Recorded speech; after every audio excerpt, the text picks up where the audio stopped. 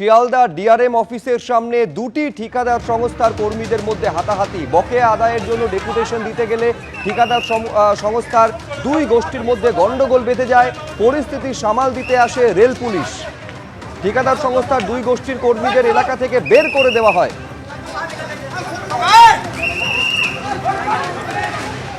এই মুহূর্তে খবর পাওয়া যাচ্ছে নতুন করে আবার উত্তেজনা তৈরি হয়েছে। সুকান্ত মুখোপাধ্যায় আমাদের প্রতিনিধি আরো বিস্তারিত এই নিয়ে বলতে পারবেন। কি খবর হয়েছে সুকান্ত?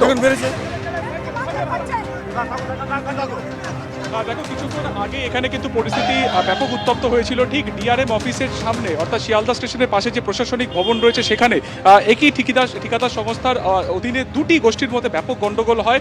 আরেকটি যে গোষ্ঠী যারা মূলত মার খেয়েছে তাদের যেটা বক্তব্য যে তারা বকেয়া বেতন এবং ন্যূনতম বেতন বৃদ্ধির দাবি নিয়ে তারা যখন ডেপুটেশন দিতে আসছিলেন তখন অন্য গোষ্ঠী তাদেরকে বেধড়ক মারে এবং পুরো ঘটনাটাই কিন্তু হয়েছে রেল পুলিশের সামনে। পরবর্তীকালে দুজন আহত যারা হন তাদেরকে মেডিকেল কলেজ হাসপাতালে নিয়ে যাওয়া হয় এবং তাদের সেখানে ট্রিটমেন্ট সেখানে এই মুহূর্তে চলছে। এবং এই গোটা বিষয়টি নিয়ে ফের আরও একবার যারা মার খেয়েছিলেন সেই ঠিকাদার সংস্থার যারা কর্মীরা যারা রয়েছেন তারা কিন্তু ফের আরও একবার এই ডিআরএম অফিসে তারা এসেছেন।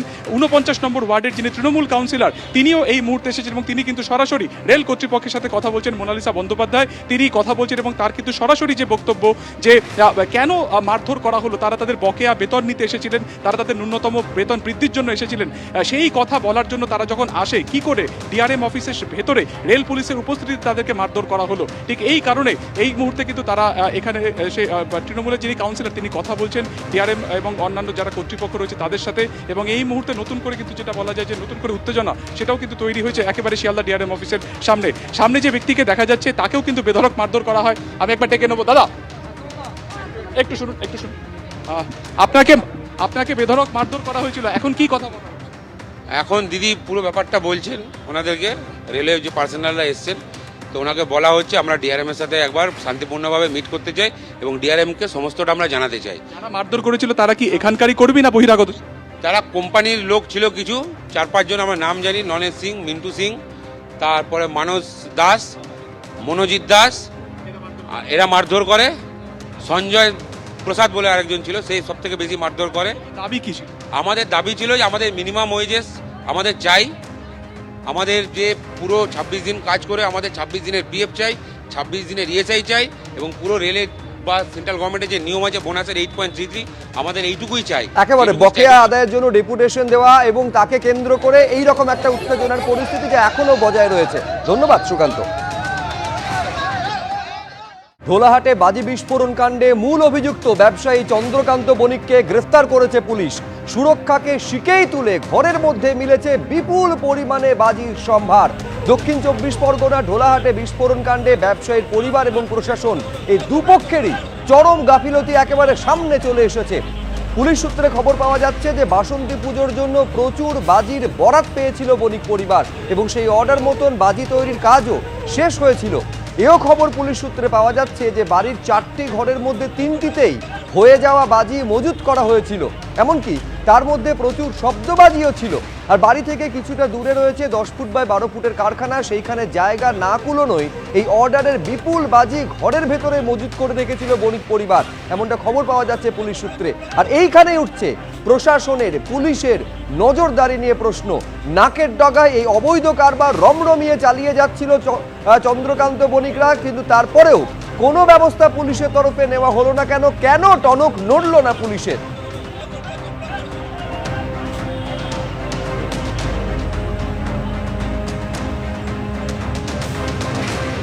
আরো বিস্তারিত আমরা জানবো সরাসরি গৌতম মন্ডল আমাদের প্রতিনিধি রয়েছেন। গৌতম, প্রতিদিন নিত্য নতুন যা যা তথ্য আসছে তো চোখ কপালে তুলে দেওয়ার মতো। পুলিশ কতটা কার্যত একেবারে চোখ বন্ধ করেছিল দিনের পর দিন এই তথ্যগুলো, সেগুলোই সামনে এনে দিচ্ছে। একেবারে পাহাড় প্রমাণ বাজি বাড়ির ভেতরে মজুত করা ছিল, প্রশাসন ঘুণাক্ষরে টের পর্যন্ত পায়নি। দেখো শুভ্রজিৎ, এই যে আমি যেখানে দাঁড়িয়ে রয়েছি এই সেই অভিশপ্ত বণিক বাড়ি। আমার ক্যামেরা পার্সনকে দেখাতে বলবো সেই অভিশপ্ত বণিক বাড়ি, যেখানে এই যে বিস্ফোরণ হয় তার অভিঘাত কতটা ছিল গত 3 দিন ধরে আমরা এবিপি আনন্দের দর্শকদের সামনে আমরা একদম ঘটনাস্থল থেকে তুলে ধরেছি। আমরা ঘটনার বিস্ফোরণের কয়েক ঘন্টার মধ্যেই প্রথম আমরা সেই ঘরের মধ্যে আমরা প্রবেশ করতে পেরেছিলাম। এবিপি আনন্দ সেই ছবি আমরা দেখিয়েছিলাম যে কি বিভৎস আকার নিয়েছিল। এখনো পর্যন্ত যা দেখতে পাচ্ছি সেটা এখনো পর্যন্ত যেভাবে দেওয়াল পুরো ভেঙে পড়েছে, দেওয়াল চূর্ণ বিচূর্ণ হয়ে গেছে, সমস্ত কিছু, এটা তো একাধিকবার আমরা বলেছি। কিন্তু আমরা কি জানতে পারছি, এই যে বণিক ভাই চন্দ্রকান্ত বণিক বেশি মুনাফার লোভে তার যে অর্ডার, একটা বিপুল পরিমাণ অর্ডার নিয়েছিল এই বাসন্তী পুজোর জন্য, এবং সেটা সোমবার রাতে সেই কাজটা কমপ্লিট হয়, সোমবার সন্ধে নাগাদ, এবং সেই কমপ্লিট হওয়ার পর মঙ্গলবার সকালে, মানে গতকাল সকালে সেই বিপুল পরিমাণ বাজি ডেলিভারি দেওয়ার কথা ছিল। তার জন্য তার কারখানা বাড়ি থেকে যেটা 100 মিটার দূরত্বে, সেই 10 ফুট বাই 12 ফুটের যে ঘর, সেই কারখানার থেকেও মজুদ থাকা পরেও এইখানে এনে মজুদ করতে হয়েছিল তার বাড়িতে, তার বসত বাড়িতে, যেখানে তার বৃদ্ধ বাবা মা থাকতেন, যেখানে তার বৃদ্ধা ঠাকুমা থাকতেন, যেখানে তার স্ত্রী এবং 8 মাসের সন্তান, 6 মাসের সন্তান সহ একদম বাচ্চারা থাকতেন, শিশুরা থাকতেন। কিন্তু কার্যত লোভের বশে তোয়াক্কাই করলো না চন্দ্রকান্ত, সে এই বাড়িতেই মজুদ করলো। তারপর 8:30 নাগাদ সেই বীভৎস দুর্ঘটনা, মর্মান্তিক নাড়িয়ে দেওয়ার মতো দুর্ঘটনা। এটা শুধু আজকের নয়, এটা দীর্ঘদিন ধরে সেইটা করে আসছে। এখানকার স্থানীয় বাসিন্দারা জানাচ্ছেন, এইটার প্রশ্ন তুলছো তুমি যে কি করে পুলিশ প্রশাসনের নজর এড়িয়ে গেল। পুলিশ প্রশাসন এখন যে তথ্য আমাদেরকে দিচ্ছে যে কি করে এইগুলো হলো, এত মজুদ হলো, নিশ্চয়ই তো গাফিলতি ছিল, তার নজরদারির অভাব ছিল। না হলে যে প্রশ্নগুলো আজকের ঘটনাস্থলে এসেছিলেন সিপিএম নেতা কান্তি গঙ্গোপাধ্যায়, তিনিও বেশ কিছু প্রশ্ন তুলেছেন যে যারা সিভিক ভলেন্টিয়ার তারা তো গ্রামে থাকেন, তাদের কি করে নজর এড়িয়ে গেল। প্রশ্ন অনেকগুলো আছে, গাফিলতি আছে, কিন্তু তার পাশাপাশি কার্যত মৃত্যুর সঙ্গে সহবাস করছিল, এটা বলা যেতেই পারে। কারণ না হলে এত বিপুল পরিমাণ বাজি পরিবারের সমস্ত সদস্যদেরকে তোয়াক্কা করে তাদের জীবন বাজি রেখে কেউ মজুত করে, এবং সেই যে বাসন্তী পুজোর বাজি, তার সেই বাজি সেটাই কার্যত প্রাণ কেড়ে নিল, তাদেরকে জীবন বলি দিতে হলো তার আত্মীয় স্বজনদের। আজকে গ্রেপ্তার হয়েছে চন্দ্রকান্ত বণিক। পুলিশ যেটা জানাচ্ছে, ঢোলাহাট থানা জুমায় নস্কর থেকে আজ তাকে ভোরে গ্রেপ্তার করেছে, কিছুক্ষণ আগে থেকে কাকদ্বীপ মহকুমা আদালতে পেশ করা হয়েছে। কিন্তু চন্দ্রকান্ত বণিক কার্যত এখন কিছুটা উন্মাদের মতো, মানসিক বিকারগ্রস্ত বলা যেতে পারে। তিনি চিৎকার করছেন এবং অন্যান্য যারা বন্দী আছে তাদের সাথে খারাপ ব্যবহার করছে, এরকম পর্যন্ত আমরা পুলিশ সূত্রে জানতে পারছি। কিন্তু যত এই ঘটনার পর মানসিক ট্রমাতে তিনি আক্রান্ত হয়েছেন বলে পুলিশ সূত্রে জানতে পারছি, সেটা একটা দিক। এবং সেই ঘটনার দিন আমরা প্রথমে এবিপি আনন্দে বলেছিলাম যে এই দুই ভাই চন্দ্রকান্ত এবং তুষার কান্তি তারা বাড়ির বাইরে ছিলেন, 9 জন সদস্য 11 জনের মধ্যে বাড়িতে ছিলেন।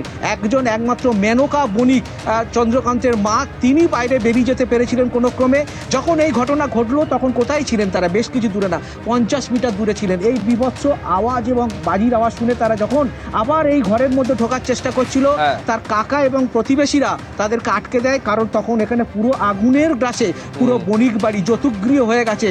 তখন মানুষ এখানে মৃত্যুর সঙ্গে, একদিকে তার মা, তার স্ত্রী, তার সন্তান, তারা আত্মচিৎকার করছে।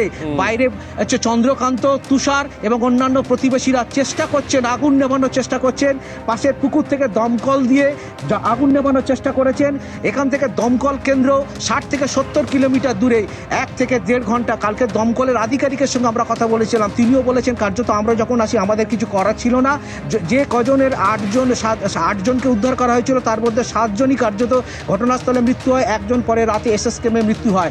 এখন প্রশ্ন উঠছে শুভ্রজিৎ, যে এত মানুষের জীবন দিয়ে এইটা কিভাবে আজকে চন্দ্রকান্ত, এত মানুষের জীবন, তার লোভ, গত 2 বছর ধরে কার্যত আইনকে বুড়ো আঙুল দেখিয়ে এখানকার কিছু এলাকাবাসীরা জানাচ্ছেন এখানকার কিছু মানুষকে কার্যত টাকা দিয়ে, প্রচুর টাকা, এই বাজিতে প্রচুর টাকা। একেবারে এটাই প্রশ্ন যে বেশি মুনাফার লোভ কিভাবে পরিবারের 8টা প্রাণের মাসুলের বিনিময়ে গুনতে হলো। এক তো হচ্ছে সচেতনতার অভাব, দ্বিতীয়ত হচ্ছে প্রশাসনের নজরদারির অভাব, যার জন্য এই ভয়াবহ ঘটনা ঘটে গিয়েছে। চন্দ্রকান্ত বণিক, তাকে গ্রেফতার করা হয়েছে। এবার তার পরিবার কি বলছেন, তার আত্মীয়রা কি বলছেন, রাখবো আপনাদের সাথে। সচেতন তো করেছি আমি, গ্রাম প্রতিবেশীকে ডেকে নিয়ে। এবার গ্রাম প্রতিবেশী প্রায় সব তার সাপোর্ট ছিল, মানে কাকার ছেলেরা টেলেরা সব ওর সাপোর্ট ছিল। ওর বাজি ওরাইও করতো, ওরাই তৈরি করে দিত। শুধু আমি একলাই ওর মতের বিরুদ্ধে ছিলাম, আর আমার ওই জন্য আমার 30 মানুষ ঘেঁচতে দিতাম না ওদের। ওই বাজির কোনো সমস্যা আমি ঘেঁচতে দিতাম না। হ্যাঁ, এইভাবে মোটামুটি সবাই সহযোগিতা করতে, সবার সহযোগিতা আসছে, বড় হয়েছে। যা এই ব্যবসাটা মানে এত বড় হলো কত বছর? বড় হয়েছে 1 বছর। এই যে লাইসেন্সটা পেয়েছে, কি লাইসেন্স পেয়েছে জানি না, লাইসেন্স পেয়ে ওই বড় করেছিল। তারপর আমি গ্রাম প্রতিবেশী নিয়ে ঝামেলা মারামারিও করেছিলাম।